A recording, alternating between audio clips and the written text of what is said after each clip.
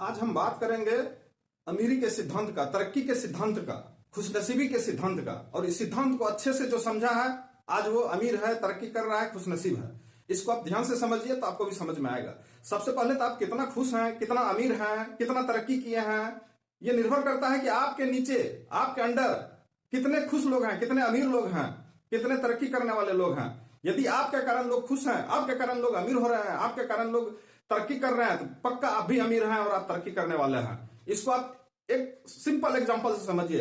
एक वीरान जगह पर एक पेड़ होता है, आप बताइए क्या वो जिंदा रह पाएगा? आएगा कोई गाय भैंस उसको चर के खा जाएगा, हवा आएगा तोड़ के गिरा देगा। लेकिन वही एक पेड़ जहां अगल बगल छोटा मोटा झाड़ी झंखड़ है, उस बीच में खड़ा होता है, छोटा छोटा पेड़ उसके बगल में है। जब कोई जानवर आएगा तो पहले छोटा पेड़ को खाएगा, बड़ा पेड़ तक पहुंचेगा नहीं जल्दी।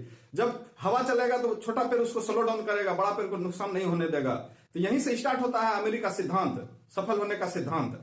यदि आप सफल होना चाहते हैं, हमेशा दूसरे को सफल करने का कोशिश कीजिए। अपने अगल बगल, अपने नीचे जो काम करने वाले हैं, इससे और बढ़िया एग्जांपल से समझिए। यदि आप होलसेलर हैं तो आपका रिटेलर अमीर होना चाहिए, तभी होलसेलर अमीर हो सकता है। आप कोशिश कीजिए कि जितना से जितना रिटेलर को फायदा दे पाए, रिटेलर अमीर होगा तो आपका होलसेलरी और बढ़ेगा, दिन रात चौगुना बढ़ेगा।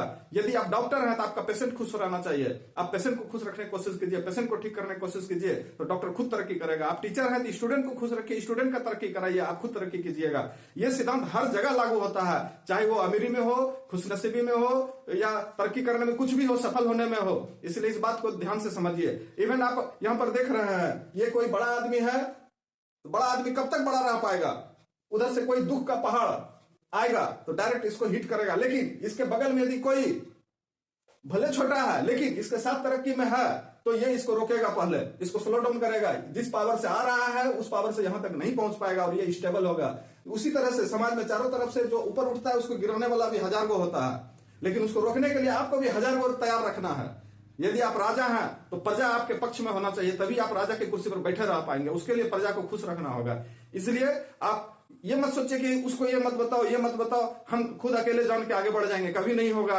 आपका परमानेंट तरक्की यदि आपको करना है तो हमेशा आपको अगल बगल के लोगों को लेकर चलना होगा और उसमें उसको तरक्की भी कराना होगा। यदि आप सिंपल समझिए, यदि आप स्टूडेंट हैं और लग रहा है कि नहीं हम बहुत जानते हैं, रिजल्ट हो जाएगा अच्छा, ये आपकी गलतफहमी है। यदि आप अपने जूनियर को, अपने कलीग को कुछ समझा पा रहे हैं, उसको सिखा पा रहे हैं, दैट मीन्स वो जो नहीं जान रहा है उसको भी आप सिखाइए।